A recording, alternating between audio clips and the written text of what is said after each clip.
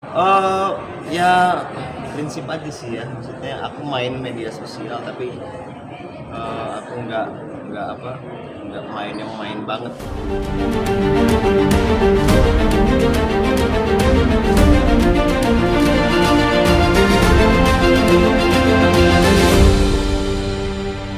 Kalau sulit untuk tidak menemukan pemenangnya tentu sulit ya, karena bagus-bagus semua dan berpassion semua, pinter-pinter semua, pembawaannya juga bagus-bagus, attitude-nya juga oke-oke. Jadi sebenarnya sungguh sulit untuk nentuin pemenangnya, tapi itu kan di dewan juri, saya cuma duta aja. Ada keinginan nggak sih suatu saat menciptakan lagu-lagu bertema kebangsaan? Pingin. Kalau memasukkan unsur tradisional ke lagu udah mungkin tinggal temanya aja. Beberapa sih udah buat bikin lagu tema-tema kebangsaan udah ada, yang belum rilis aja gitu. Tapi dulu cukup sulit nggak sih bikin lagu-lagu bertema daerah atau kebangsaan buat dulu kalau pengen ciptakan? Mungkin di lirik ya, lirik gitu, bagaimana bikin lagu kebangsaan yang tidak membosankan untuk anak-anak muda zaman sekarang gitu. Ya paling disitu aja sih, di lirik. Dul, seberapa penting sih acara ini buat pelestarian lagu kebangsaan kita atau lagu-lagu nasional? Sementara kan Dul juga di sini jadi ikon juga ya, ikon nyanyian anak negeri gitu. Seberapa penting itu? Penting banget, menurut saya penting banget. Ya saya setuju juga dengan ada gagasan festival ini gitu, bahwa memang saya nggak bilang banyak ya, tapi ada anak muda yang lupa sama betapa hebatnya Nusantara Indonesia gitu ya. Nah, mungkin nggak kita doang, juga banyak orang yang berusaha meningkatkan upaya untuk mengingatkan bahwa Indonesia itu dengan budayanya adalah hal yang kaya raya gitu, hal yang kaya raya dan patut dilestarikan oleh kita semua. Jadi kalau bukan kita semua yang sadar bahwa budaya kita itu patut dibanggakan, siapa lagi yang menyuarakan soal nilai-nilai kebangsaan dalam sejarah. Apakah mungkin dengan banyak budaya-budaya luar masuk sini sampai akhirnya masyarakat juga sedikit lupa dengan lagu nasional sih Dul? Dari pandangan Dul sendiri? Ya nggak ada salahnya ya, nggak ada salahnya. Dari dulu juga memang banyak banget westernisasi terjadi udah dari dulu gitu kan. Cuma tugas kita sebagai orang Indonesia adalah tidak lupa dengan budaya sendiri yang memang sudah terbukti by historical. Sampai sekarang juga memang budaya kita memiliki kekayaan yang luar biasa gitu. Maksud saya adalah jangan sampai kita terlena sama budaya luar. Lu kalau boleh sedikit merangkum tadi anak-anak di sana, finalis ada berapa orang dan mereka tuh nyanyi lagu baru atau lagu-lagu nasional? Kalau itu lagunya lagu-lagu nasional juga, lagu-lagu buatan Ompai juga. Kita pilih hari ini sampai final, sampai 3 orang. Siapa yang paling bagus akan kita jadikan duta berikutnya. Itu dari berapa Berapa peserta? Ratusan peserta. Sampai akhirnya sekarang jadi 3 final. Ini hari final. Melihat tiga finalis ini Dul, per orang melihatnya gimana sih Dul? Saya sih senang ya. Saya senang mereka dilem panaskan dan akhirnya mereka, kemarin saya ketemu sama para pesertanya, mereka mempunyai attitude yang bagus juga, mungkin habis di ospek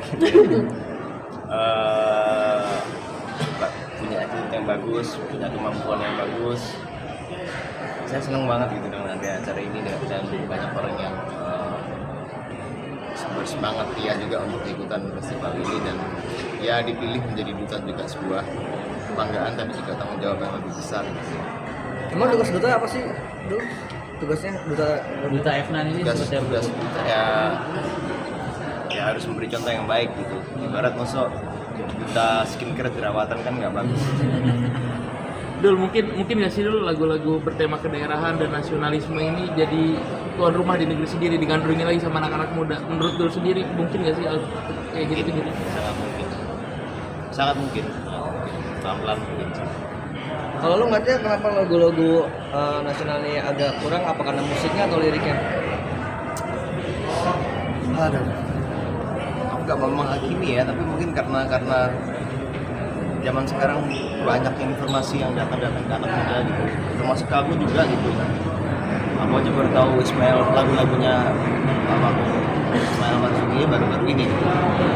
Mungkin karena banyaknya informasi yang masuk ke anak muda sehingga nggak terbatas, jadi harus difilter dengan apa, dengan ya ini, dengan kita mengadakan acara-acara yang mengingatkan kepada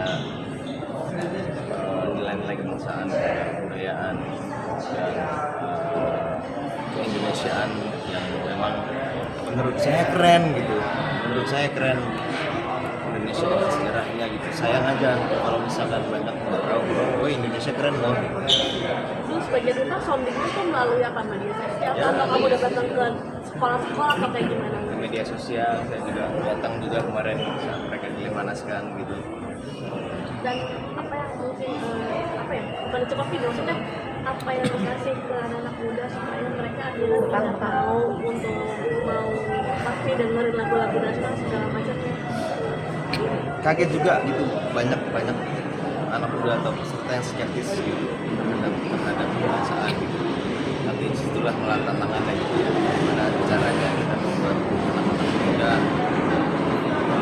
melalui seni itu tidak skeptis sama kebangsaan, tapi bagus juga bagus. Jadi memang tantangannya besar tapi seru banget. Tapi ada nggak top 3 lagu nasional yang keren banget menurut lo? Banyak. Kita sebutin. Kalau Marzuki banyak banget semuanya.